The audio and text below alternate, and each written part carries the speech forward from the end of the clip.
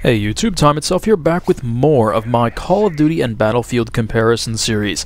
This is the video that I wanted to make when I started this series, until I quickly realized that there were a whole bunch of topics that I needed to explain in depth and further research myself before I could go ahead and make this video. Recoil control, either by burst firing or compensation, is an important skill in a lot of FPS games, Call of Duty and Battlefield included. And understandably, a lot of PC players like to praise games that demand good recoil compensation as requiring lots of skill, and players who can execute that as being good. But I'm here to argue that console players should not expect to have the same kind of experience with recoil compensation. The game mechanics are too fundamentally different given the required input method of thumbsticks. Now, I understand that could sound like a console player saying, it's too hard, just give us the easy guns, but I'm going to try and back that up with what I've done in the previous videos in this series. So, stick with me here. First, I need to make a correction to my aim assist video. You know that part where I said, and it's not available in multiplayer because that just would be silly. Well, it turns out Battlefield actually does have some snap to aim assist. It only seems to work in the horizontal direction, and if you're at the edge of the snap to range, it won't pull you actually far enough to be on target. It's only part way there, but that does mean you can just spam the left trigger and it'll pull you onto target. It's really surprising. I've played a lot of Battlefield 3 and I really hadn't noticed this. I'm going to blame that partly on the slower frame rate. But there still is the accuracy penalty if you fire before you finished aiming down sights, so it's a little harder to abuse than you might think. With that out of the way, let's talk about controlling recoil. Burst fire is one very effective way to control recoil. It also helps mitigate some of the muzzle flash, some of the smoke that might be coming out the end of your gun, and if you've got iron sights, those will be shaking all over the place, and so burst firing will also help make it easier to see what you're shooting at. Just feather the trigger. You don't even need to put the gun into burst fire mode. The further away your target and the smaller it is, generally the shorter the burst you'll want and the longer you want to wait between bursts for the gun to recover. In Call of Duty, in practical terms, even the smallest space you can put between bursts is going to net you better recoil control. Let me slow that down so you can hear just how close together those bursts are.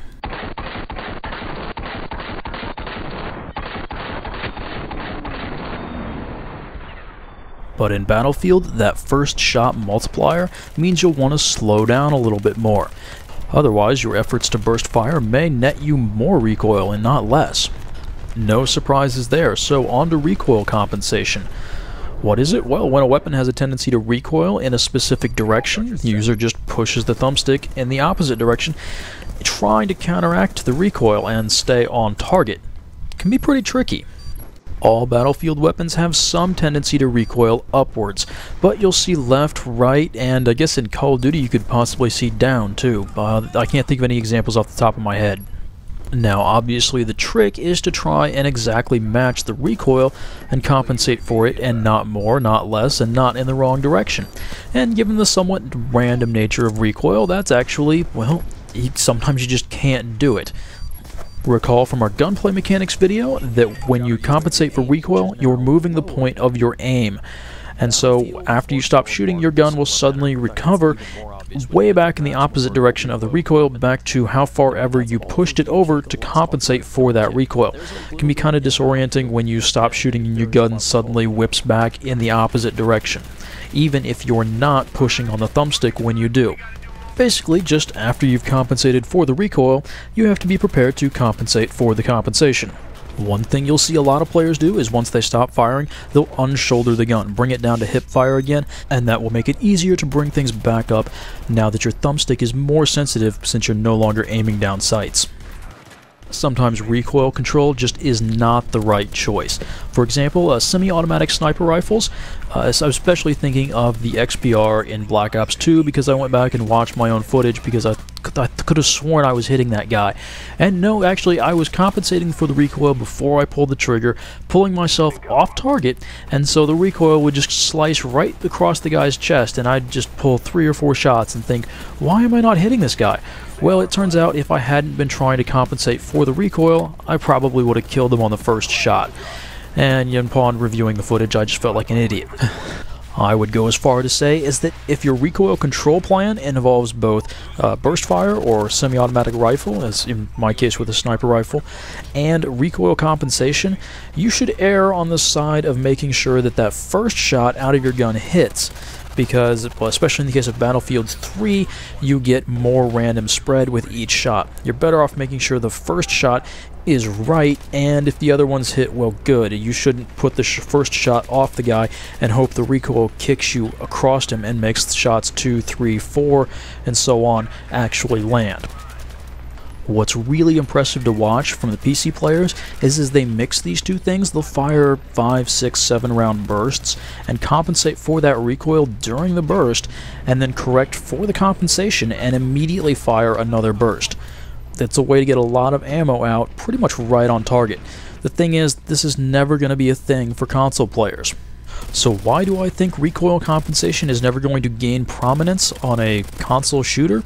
Well, there are several reasons. One challenge that console users face is that the more recoil something has that you're trying to compensate for, the more precise you have to be with the thumbstick in terms of where you put it to accurately compensate for that recoil. Remember, the movement speed starts out very slow right next to the dead zone and quickly accelerates up. So, if you've got a lot of recoil you have to compensate for, it's going to be really hard to do so precisely. There just is no way around that. Mechanically, that's how thumbsticks work. Next, it's not easy to practice. Normally, when you're shooting at a guy, you have your aim assist doing things to your aim and sensitivity also, not just what your thumbstick is inputting. So you can't just walk up to a blank wall and practice your recoil control. The wall doesn't have aim assist, so it's not going to feel right, and if you just practice against a blank wall and actually manage to get good at it, suddenly it's going to be different when you actually try to shoot an actual enemy.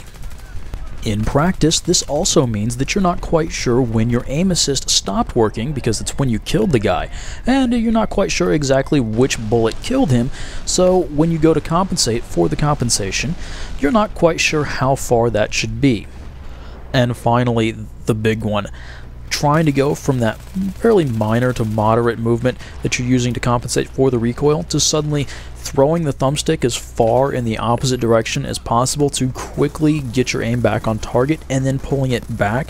I mean, you go from a little bit on one side of the dead zone all the way through the dead zone, and you try to throw it in one direction, and I'm going to say it's significantly harder to do that with a thumbstick than it is with, say, a mouse, where you have your muscle memory and you just push the mouse back to where you had it when you started that burst.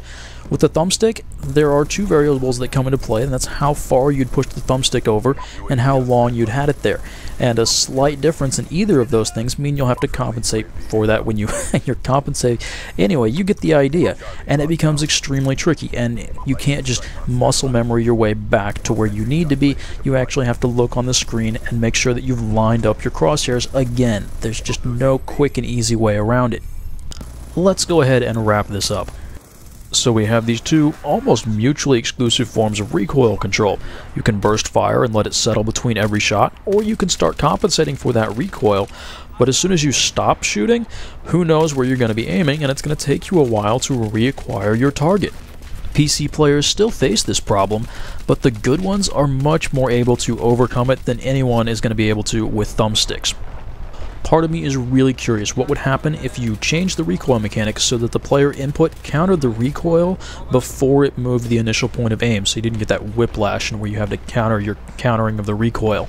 I'm fairly certain that would require significant changes to the recoil code in both series, but again, I'm curious.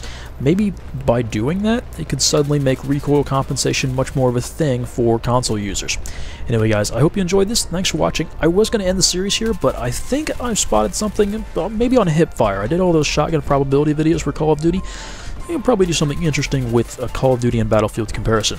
So again, thanks for watching. I hope you enjoyed it, and I will see you guys next time.